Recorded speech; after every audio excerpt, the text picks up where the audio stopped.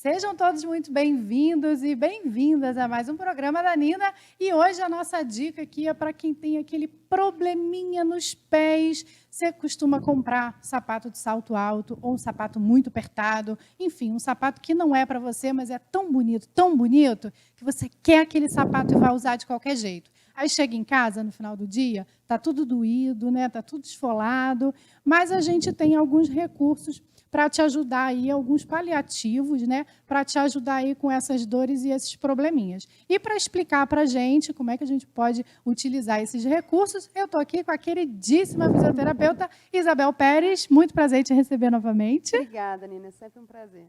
Vamos lá, então, falar um pouquinho quais são os maiores problemas que a gente encontra quando a gente cisma que quer comprar um sapato, a meia sapato. Ele não é para mim, mas eu quero levar. Pois é.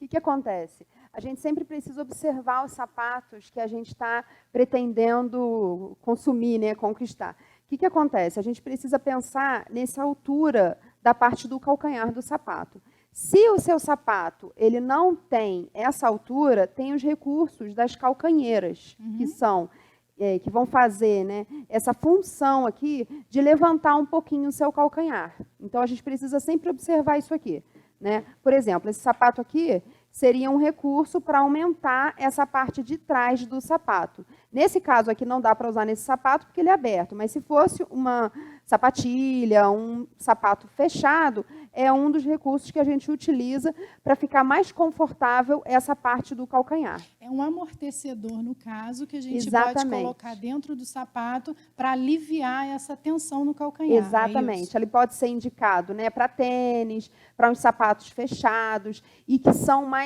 retos, tá? Que precisam de uma altura. Então, as calcanheiras são recursos que a gente pode utilizar para melhorar aí a marcha durante o uso desses sapatos. Ótimo. E aí, a gente tem um probleminha com sapato de bico fino, que é esse que está aqui, que geralmente dá um probleminha aí no joanete, né? Exatamente. Uma das causas do joanete é exatamente o uso excessivo de bico fino, porque ele vai comprimir os dedos nessa parte aqui da frente do sapato, e essa compressão vai gerar uma aproximação dos dedos do pé, né? Então, vamos pensar que o meu pé está aqui dentro do sapato, e olha aqui o que eu vou ter que fazer com o meu pé, com os dedos do meu pé, né?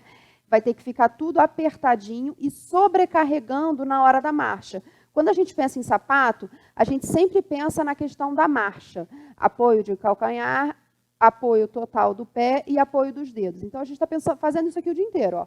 Apoio de calcanhar, apoio total do pé, apoio dos dedos. Quando eu faço esse apoio dos dedos, com os meus dedos todos apertados, o que eu estou fazendo aqui? Estou gerando uma sobrecarga, principalmente para o meu primeiro dedo. Por quê? Porque essa parte do pé, o nosso pé, né, o pé normal, ele é um pé com uma concavidade aqui, certo? Meu pé está aqui, o meu arco plantar, então eu estou com uma concavidade aqui. Quando eu faço o apoio dos dedos, olha o que eu estou gerando, né, fazendo na minha concavidade. Eu estou sobrecarregando essa parte aqui do nosso primeiro metatarso, né, e do hálux. Hálux é o nome, né, anatômico para o dedão do pé. Né? E primeiro metatarso é esse osso que a gente tem aqui antes do hálux, é o osso do pé. Né? Então, quando eu faço o apoio dos dedos, eu estou sobrecarregando esse primeiro metatarso. Você está alterando a estrutura desse pé? Exatamente, exatamente. E essa sobrecarga aqui no dia a dia, com o sapato apertado, no meu apoio de dedo, jogando o peso para dentro, né? O que isso aqui pode gerar? Além do joanete, isso aqui causa uma alteração postural global. Porque quando eu penso que o meu arco plantar ele precisa ser côncavo, bonitinho ali. É a voltinha do pé, né? Aquela voltinha que a gente tem. Exatamente. Ele precisa ser côncava, né? Ter um buraquinho ali, um cavado, né? Côncavo vem de cavado. Então, ele precisa ter isso aqui. Se no dia a dia eu estou sobrecarregando, né, retificando o meu arco plantar, imagina só os músculos do tornozelo, como eles estão sendo sobrecarregados. E aí, quando a gente fala de pé, tornozelo, panturrilha, joelho, vai subindo, vai embora, né? A gente pensa em alteração de quadril. Toda essa observação deve ser feita quando um paciente, né, quando alguém quer escolher um sapato, porque o equilíbrio, a gente precisa buscar uma saúde equilibrada, não só o equilíbrio postural. Né? E quando a gente pensa aí de um uso excessivo de sapato no dia a dia, você andar demais, sobrecarregar os seus pés, isso aí pode gerar um prejuízo para a sua saúde muito grande. Porque no dia a dia, o que a gente mais faz? Né? A gente trabalha em pé muitas vezes, advogadas, né? Advogadas elas precisam usar um salto mais alto para se sentir mais empoderadas, poder se portar, né, bem numa audiência, já chegar já com alguns pontos positivos, né, já numa postura mais adequada. E isso tudo no nosso dia a dia vai gerando prejuízos para a nossa coluna. Então, a gente precisa entender alguns recursos e até fazer no final do dia alguns exercícios, né, para poder melhorar esse tornozelo e tirar essa sobrecarga que a gente colocou o dia inteiro. Tá, depois a gente vai falar um pouquinho, então vai ensinar aqui, dar umas diquinhas para nesse final do dia, e todo dia você fazer alguns exercícios para te dar aí um descanso, né? Mas vamos falar ainda do joanete, porque você trouxe aqui, existem também alguns acessórios paliativos para esse problema. Sim, sim. Ó, esse aqui é um protetor para pés sensíveis, ele é específico também para joanete. O que acontece com esse protetor aqui? Ele é como se fosse um band-aid, vamos dizer assim. Só que ele é específico para aquela calosidade ali do joanete. Então, quando a gente pensa em joanete, a gente pensa em um calo, né? No pé ali, no dedão do pé, do lado do dedão do pé vai ter um calo, vamos botar assim, né? Isso aqui é o metatarso que está sobrecarregando e fazendo aquele calo ali, aquela calosidade. Então, isso aqui é um recurso para você utilizar para deixar o seu pé mais confortável. Porque o que acontece no caso do joanete? Esse paciente que tem joanete, ele tem uma dificuldade enorme de encontrar um sapato adequado e que não gere dores no dia a dia. Então, esse aqui é um recurso que ele protege o seu pé, tá? Ele deixa o seu pé mais protegido, como se fosse, né, como eu falei, um band-aid, mas ele é específico. Aqui, ó, tem um buraquinho aqui dentro, tá? Ele é específico para proteger essa parte do osso, né, do metatarso. Ou seja, você não precisa deixar chegar um joanete ali todo estouradinho, você pode utilizar isso antes que dê o problema. Exatamente. Já como uma forma de manutenção do seu pezinho, exatamente, né? Exatamente. Pode sim, é um recurso que a gente tem, né, que pode ser comprado e utilizado. Tá, esse aqui é o quê? É a mesma coisa que esse aqui, é um protetor de silicone, a calcanheira, né? Só que ele é de silicone, ele é diferente dessa calcanheira aqui, que é de altura, né? Então, esse aqui é mais para um protetor mesmo, proteger o seu pé, o calcanhar, né? Na parte do E esse calcanhar. aqui para a gente conseguir, então, essa altura, melhorar aí essa postura do pé, né? Exatamente, exatamente. Esse aqui seria uma junção desses dois, é de silicone e tem a altura. Essa aqui é de silicone para proteger o calcanhar e essa aqui tem a altura. Né? Tá, você consegue uma alturinha aí boa para o caminhar, né? Exatamente. E aí, você falou que esse problema de joanete, você está aí sobrecarregando também a panturrilha e sobe, enfim, para o resto da coluna toda. Por um acaso, a gente pode estar falando aí de um nascimento de uma varize ou até de piorar uma varize que já esteja instalada? Sim, pois é, com certeza. Essa é uma dúvida frequente que a gente acompanha lá no consultório, dos pacientes que têm varize, e eles questionam exatamente isso, se o uso excessivo de salto alto pode gerar varize. E o uso de salto alto pode contribuir, sim, para a piora, né, e até para o aparecimento da sua varize. Por quê? Você imagina que a sua musculatura está sendo sobrecarregada o tempo inteiro. Tá? No final do dia, você relaxa. Então, você larga a sua perna lá de qualquer jeito, tira aquela contração excessiva de panturrilha. E aí, esse contrai, muito tempo, isometria, muita força, relaxa. Contrai no dia seguinte o tempo inteiro, sobrecarga de tornozelo, você não faz uma mobilidade naquele tornozelo, você só sobrecarrega na mesma posição todos os dias. Tem toda a lógica. Né? Então, aquele músculo ali da panturrilha que foi feito, a panturrilha ela é o nosso segundo coração. Né? Então, a gente pensa aqui no coração que está aqui trabalhando, né, involuntariamente, a panturrilha é um coração que trabalha voluntariamente. Sim. Então, a gente está ali o tempo inteiro exigindo da panturrilha. E quando a gente precisa de um retorno venoso, quando a gente fala de retorno venoso, é a volta do sangue, né, que está lá nos membros inferiores, no corpo inteiro, para o coração. Tá? Então, quando a gente pensa que aquela panturrilha que é feita, né, que para ajudar esse retorno venoso está sendo sobrecarregada, isso pode sim aumentar o risco de varizes por causa disso. Ela está contraída, depois ela relaxa e aí gera essa descompensação vascular. Tá? E aí você trouxe aqui algumas meias famosíssimas, né? Todo mundo fala das famosas meias Kendall. Você já está usando meia Kendall, porque geralmente é para quem tem mais idade, né? Mas não é não. A gente também pode usar dessa ferramenta aqui para ajudar no dia a dia também. Sim, com certeza, com certeza. É um recurso bem bacana, tá? É muito indicado para gestante, né? De uma forma geral, é claro que tem suas contraindicações, gestantes com tendência à trombose, isso aí tem que ser avaliado, mas de uma forma geral, se a gestante está saudável, tá? Sem nenhum problema circulatório, é indicado sim o uso das meias Kendall. Por quê? Porque essa meia ela é elástica. Então, se você observar aqui, ó, ela é uma meia, né, que olhando assim parece comum, mas se você observar, ó, olha aqui a elasticidade dela. Então, ela substitui o trabalho de panturrilha. Tá? Ela sustenta, mas não naquela contração exagerada, né? Porque quando você está com um salto alto, além de você estar exigindo daquela panturrilha ali, você está fazendo a sua marcha, seu apoio de pé, apoio de dedo, está o tempo inteiro ali sobrecarregando aquela panturrilha.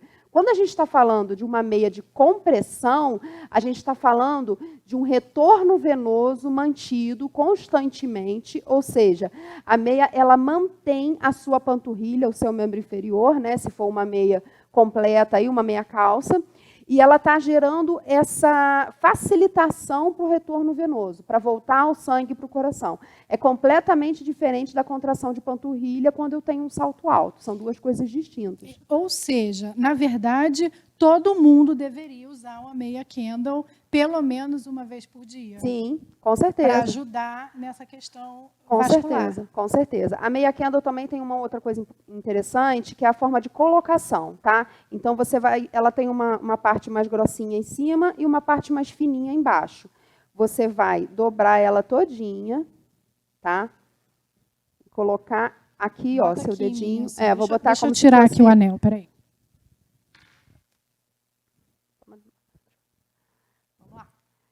Então, vou colocar aqui na Nina, tá? Ó, a gente bota primeiro nos dedinhos. E aí, como ela tá toda emboladinha, né? Para comprimir mesmo. E aí a gente, ó, essa parte aqui é a parte para colocar o calcanhar, tá? Tem uma alteração aqui, ó, um elevadinho aqui, né? Para deixar específico que essa parte aqui seria para o calcanhar do pé dela. E aí a gente vai subindo, subindo, até chegar, né, no caso, ali no meio do pé, no joelho, né, na metade. Essa meia aqui é uma meia 3/4, ou seja, ela é só para abaixo do joelho e ela tem a dedeira também, que eles chamam, né? Mas existem alguns recursos de meias que não tem essa parte aqui da dedeira, que ela é uma meia realmente fechada na frente, vai até o joelho, e tem a meia calça. A gente até trouxe ali alguns exemplos para ficar mais fácil de mostrar. Então vamos tirar aqui da minha perna. Isso, e para tirar também é interessante. Da mesma forma, dobra, né? Vai dobrando ela e vai removendo, tá? Isso aqui é importante, porque às vezes as pessoas falam, mas eu não consigo colocar aquela meia. Que é muito apertada, de fato. Mas você está colocando corretamente? Dobra ela toda, coloca nos dedos e vai desenrolando. Tá? Vale a pena esse sacrifíciozinho um pouquinho, né? E aí a gente tem algumas meias aqui, alguns exemplos de meias, né? O dedinho de fora, essa aqui, a 3/4 que você falou. Exatamente. As meias Kendall, elas têm suave compressão, média compressão e alta compressão, tá? A mais requisitada, né, a que tem mais procura, é a de média compressão, tá? Que comprime, né, de 18 a 21 milímetros de mercúrio. O que acontece? Para comprar a meia, tem vários tamanhos, né? Porque vai depender da perna do paciente, né, da pessoa que está querendo adquirir essa meia. Vai PMG, GG ou XG. Atrás dela tem todas as indicações do tamanho do tornozelo e do tamanho da panturrilha da pessoa, para comprar a meia certa, tá? Ah, eu acho que meu tamanho é M. Não é assim, gente. Não, tem não que é procurar assim. direitinho. Exatamente. Não é porque a minha blusa é M que minha meia Kenda vai ser M. Não tem nada a ver uma coisa com a outra. A panturrilha tem nada a ver com o membro superior, né? Então, a gente precisa acompanhar aqui, ó, o tamanho de centímetro do tornozelo e o tamanho da panturrilha em centímetros também, para a gente comprar a meia ideal, tá? Ótimo.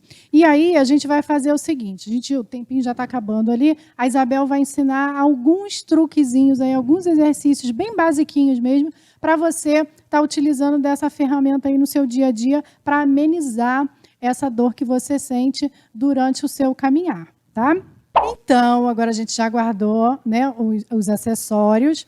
E aí a gente vai fazer, então, Isabel vai mostrar aqui alguns exercícios que você pode fazer no final do dia aí na sua casa, todos os dias, Isabel? Pode fazer, movimento pode fazer à vontade, desde que seja feito corretamente. Sim, então vamos lá. Corretamente, a fisioterapeuta Isabel vai ensinar como é que você vai fazer esse exercício. Então, vamos lá. A gente vai soltar o tornozelo, mobilizar o tornozelo unilateral, ou seja, cada lado de uma vez, né? Vai para um lado, vai para o outro, vai para um lado. Seria a panturrilha, né? Você pode fazer também bilateralmente, com os dois pés juntos, no mesmo momento, fazendo esse exercício aqui. Aqui eu não estou botando carga porque eu estou sentada. Então, eu estou fazendo só mobilidade, estou fazendo movimento, tá? E aí, também é importante, Nina, a gente fazer o movimento contrário. Porque a gente sempre pensa em panturrilha, retorno venoso, mas o que acontece? Esse movimento do pé aqui, ó, de subir o pé e voltar, também é importante, porque a gente está trabalhando um movimento que no dia a dia a gente usa, que é aquele apoio de calcanhar que a gente conversou aqui. Apoio de calcanhar, apoio do pé, apoio do dedinho. A marcha nada mais é do que isso aqui, ó. Apoio de calcanhar, apoio de pé, apoio de dedinho. Apoio de calcanhar, apoio de pé, apoio de dedinho. É isso aqui o tempo inteiro. Quantas vezes a gente faz isso, então, durante o exercício? Pode fazer 2 vezes de 10, né? Fiz 10, fiz 10, né? Depois para um pouquinho, faz mais 10, tá? Tá. E vai rolar uma massagenzinha aí, então, que a gente pode fazer. Pois é. A massagem também é outro recurso que a gente pode utilizar no final do dia. Então, cheguei lá cansada, sobrecarreguei meu pé. Antes de fazer a massagem, você pode fazer um escalda-pés, né? Botar uma bacia com uma água bem morninha, tá? Deixa o seu pé ali por uns 15, 20 minutinhos. E aí, depois, você vai fazer essa posição aqui, tá? De dobrar a sua perna, fazer um 4, tá? Lembrando da sua coluna. Não adianta você fazer isso aqui e forçar a sua flexão da coluna aqui. Então, deixa a sua coluna mais ereta possível. E aí você vai, ó. Deixa eu fazer com o outro pé para mostrar aqui na câmera. Ó, você vai trabalhando o seu pé aqui, ó. Bota de trás para frente, calcanhar para os dedos. E aí você vai fazendo uma automassagem no seu pé para relaxar essa musculatura que foi sobrecarregada, né, do arco plantar, que a gente conversou bastante aqui, que foi sobrecarregado, primeiro metatarso, tá, que é esse ossinho aqui, que pode gerar aquele hálux valgo, que é o joanete. Então, você solta bem aqui essa musculatura, trabalha, solta os dedos, e aí você termina o seu dia da melhor forma. Ótimo. Então tá aí diquinhas de massagem, né, e de exercícios para você fazer durante a sua noite aí, antes de você dormir. Toma um banho bem relaxante, faz esses exercícios, com certeza o pezinho agradece, né? Com certeza. Eu vou agradecer então, Isabel, até a próxima dica. Obrigada, Nina. E espero que vocês tenham gostado. A gente vai ficando por aqui. Fique ligado na programação da Diário TV. Eu volto com a próxima dica a qualquer momento.